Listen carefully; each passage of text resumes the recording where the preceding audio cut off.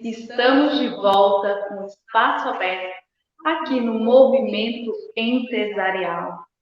Criar, desenvolver, inovar faz parte de todo o negócio. E para que as nossas criações e as nossas inovações sejam resguardadas de cópia, nós precisamos fazer registros, sejam elas das nossas marcas, das nossas criações como patentes. E para conversar sobre esse tipo de atividade, estamos aqui hoje com a Jéssica Oyarzabal, da SKO, Marcas e Patentes. Estamos na sede e seja muito bem-vinda, Jéssica, a este movimento empresarial. Olá, Ana, tudo bem contigo? É um prazer estar aqui com vocês, participando do movimento empresarial. Nós, em momento anterior, já tivemos a oportunidade de estar aqui contando um pouco da nossa história e também compartilhando os desafios durante a pandemia. E é um prazer estar aqui novamente, né, dividindo com vocês esse espaço para compartilhar um pouco sobre o nosso escritório, a nossa atividade e também, né, no que for possível, auxiliar os empresários com relação às suas criações intelectuais. Jéssica, você é sócia da SKO Marcas e Patentes e é uma pessoa muito jovem, mas você tem uma história, uma trajetória muito grande. Conta um pouco pra gente quem é a Jéssica. Claro.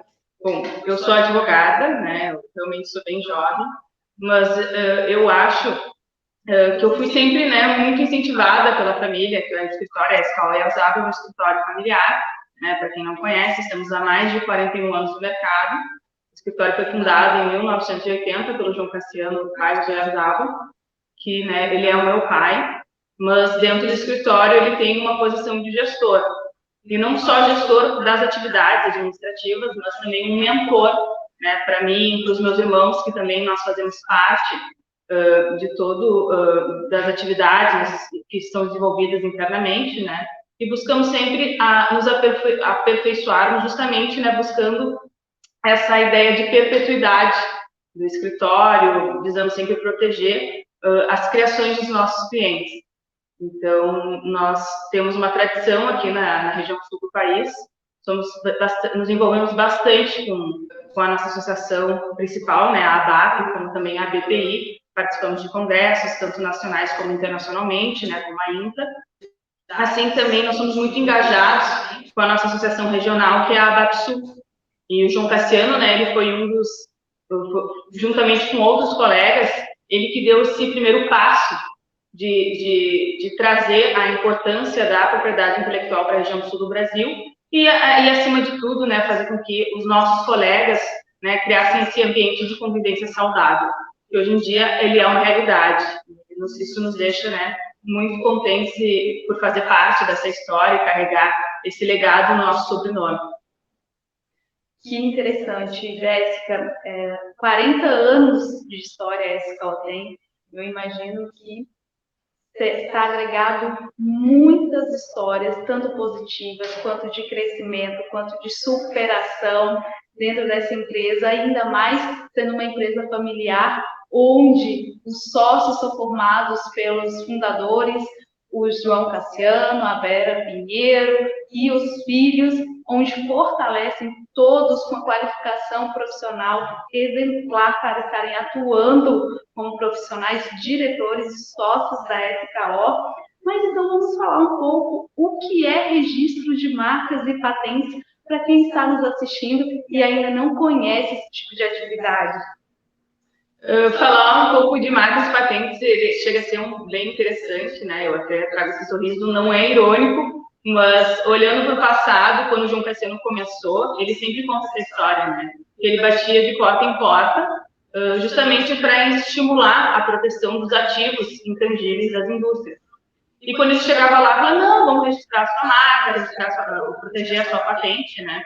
E ele sempre era visto assim, né? As pessoas questionavam, mas patente, porque o que elas faziam referência, né? Vinha na mente a questão da latrina. E, na verdade, ela não tem nenhuma relação com a proteção jurídica dessas invenções, né? Que seriam que correspondem à patente, que é o tipo de registro para essas criações de produtos e de processos, né, que vão de acordo com as disposições da lei com relação ao ato inventivo e que obtém essa concessão perante o NPI.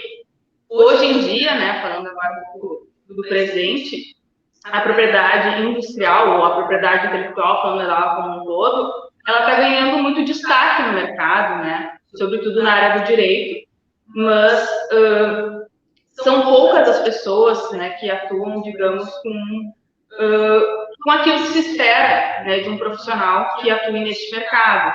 Então, hoje em dia, como a propriedade intelectual está ganhando cada vez mais destaque, em razão do número das inúmeras oportunidades de especialização, de realização de cursos, né, ela ainda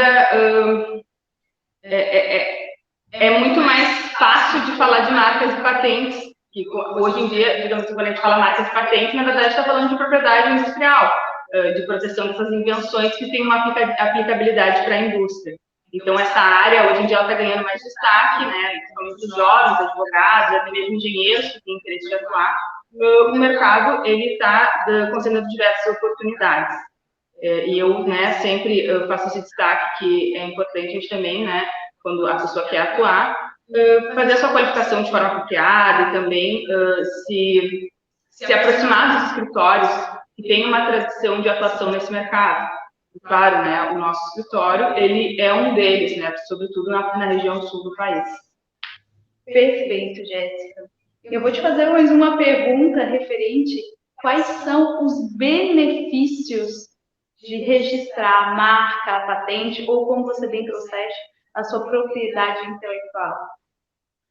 Então, até fazendo o gancho, né, do que eu comentei inicialmente quando o João Cassiano, né, ele era muito mais complexo explicar para o empresário a importância da proteção de uma marca, de uma patente, ainda que hoje em dia, né, a proteção desses ativos intangíveis seja visto como um investimento em segundo plano e não em primeiro, como deveria ser, porque afinal de contas, né, quando a gente cria um negócio, seja um produto ou uma empresa, as pessoas normalmente elas se preocupam com essas proteções dessas criações, né, sempre num momento posterior, geralmente até quando se está há mais tempo no mercado, né, porque se espera que aquele empreendimento ele comece a dar um retorno para realmente começar a investir na proteção desses ativos. O problema acontece que quando a gente deixa o tempo passar, até vou trazer aqui uma expressão que a gente usa no direito, né, o direito não socorre quem dorme.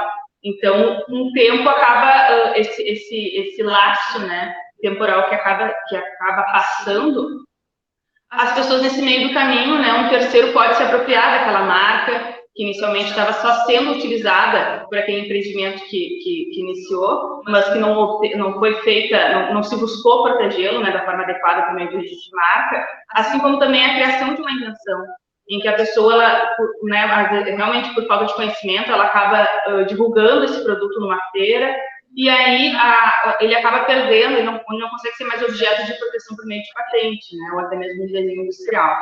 Então, são desafios que acaba se enfrentando, né, no ambiente empresarial, até mesmo com relação à concorrência desleal.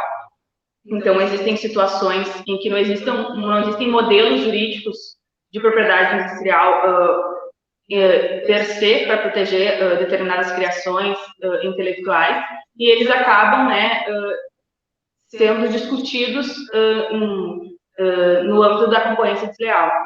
E também, quando a gente fala de marcas, de patentes, desenhos industriais, né, toda a propriedade industrial, as criações que envolvem o mundo da propriedade industrial, né, o âmbito empresarial, a gente também tem que ter em mente que essas criações elas têm um início.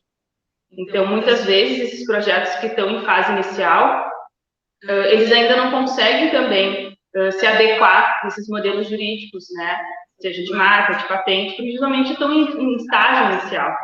Então, existem também outras estratégias, né, que a gente utiliza internamente aqui no escritório, justamente para poder contemplar, de certa forma, amparar essas criações em estágio inicial, justamente para evitar, a gente não consegue evitar a proteção, mas quando ela acontecer, a gente tem meios para depois que facilitam o caminho numa discussão judicial futura.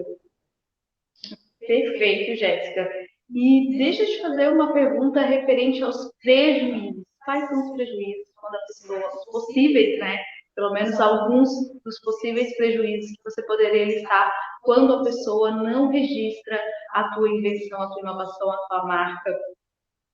Olha, os prejuízos, Ana, seriam muitos. Aqui a gente poderia ficar, né, um bom tempo relatando um por um, mas aqui trazendo os exemplos, né? Eu acho que o pior de todos é retirar um produto do mercado, deixar de usar aquela marca, né, no seu negócio, porque a marca ela identifica a atividade que aquela pessoa exerce. Então, imagina o desgaste que não somente financeiro, né, mas emocional que envolve, porque afinal de contas o empreendedor ele não gasta só ele não tem apenas um dispêndio de questões monetárias, né, de valores, mas sim existe uma carga emocional envolvida quando a gente está montando um negócio. Então, é a dedicação, é acreditar que aquilo vai dar certo. E no meio do caminho, realmente pode surgir, quando a gente não protege uma marca, né? Porque no Brasil, o que vigora é o sistema atributivo de direitos. O que quer dizer isso? O primeiro que registra leva. Claro que a legislação ela traz exceções com relação ao uso de marca, mas isso aí acaba sendo um custo adicional que o cliente vai ter no futuro, né? O empresário, o empreendedor, ele vai ter no futuro, quando realmente ele deixa passar esse período e quando um terceiro já se apropriou, já registrou aquela marca antes dele. Então, assim, né, a sugestão, ou a recomendação que seria dada é realmente não deixa passar muito tempo. Existem milhões de profissionais capacitados no mercado, né, e que podem dar uma orientação no sentido de vamos lá registrar essa marca, vamos ajustar questões de até mesmo de honorários, não é um problema nenhum, porque eu acho que realmente evitar que aquele prejuízo ocorra. Um outro exemplo, por exemplo, é quando um produto está vindo do exterior, né? Está vindo, enfim, está feita uma importação e esse produto ele é apreendido no mercado, no porto, né? Então ele não chega nem, imagina o grande prejuízo, né? Que vai para a casa dos milhões quando realmente ocorre uma apreensão desse produto. Outros fatores também é com relação até mesmo a saúde da pessoa, né? Quando a gente adquire um produto que ele realmente não tem um estudo por trás, não tem um investimento por trás, né? Por exemplo, vou trazer aqui como exemplo um sapato. Daqui a pouco esse sapato realmente a pessoa estudou, ela se dedicou para elaborar aquele produto justamente para servir o consumidor da melhor forma. E um terceiro, né? Ele se apropriou daquele know-how e começou a desenvolver sem autorização. E, por exemplo, aquele produto era objeto de patente. Então, ou até poderia não ser objeto de patente, mas o terceiro começou, digamos, a querer produzir de forma mais barata, né, para evitar alguns custos, mas ele não observa alguns cuidados, algumas medidas de segurança que não são necessárias para atender o consumidor. E aí eles podem até acabar, por exemplo, utilizando aquela marca daquele criador daquele sapato, por exemplo, e ele não está utilizando os mesmos, não está observando os mesmos mecanismos de segurança e está colocando em risco a saúde do consumidor. Então, aqui são apenas alguns exemplos, né, para elencar esses prejuízos que podem ocorrer, né, e claro, no futuro, né, pode até haver uma inversão, digamos, desse ônus, no sentido de que a pessoa criou aquela marca, ela criou aquele negócio, mas como um terceiro acabou estragando primeiro, passou muito tempo, a gente não acaba tendo medidas, né, de tentar reverter a situação, seja numa ação de nulidade ou até por meio de um acordo amigável, e aí a pessoa vai ter que arcar com o ônus, né, de alterar o nome do seu negócio, por exemplo. Até por uma questão também de patente, ela vai, se ela não procurou proteger o seu produto, a sua criação, o seu processo por meio de patente, ela também vai arcar com o custo, né, de ver o seu produto cair no domínio público. Que incrível, Jéssica. É muito conteúdo para que a gente possa falar em tão pouco tempo, né? Porque aqui a gente passaria por muito tempo falando sobre isso, que é um assunto importante para as pessoas que são empresárias, empreendedores, profissionais liberais que estão criando, inventores, né? Que estão criando, inovando em produtos, serviços, marcas. Então, fica para vocês a dica. A SKO Marcas e Patentes atende o Brasil e exterior. Entre em contato com os contatos que estão aparecendo aqui embaixo do vídeo. E foi muito bom e muito esclarecedor essa nossa conversa. Estamos com a casa sempre aberta para vocês que são um dos apoiadores do movimento, sintam-se à vontade para estar aqui. Muita gratidão. Pessoal, ainda não acabou. Teremos o terceiro bloco. Então, fique com a gente.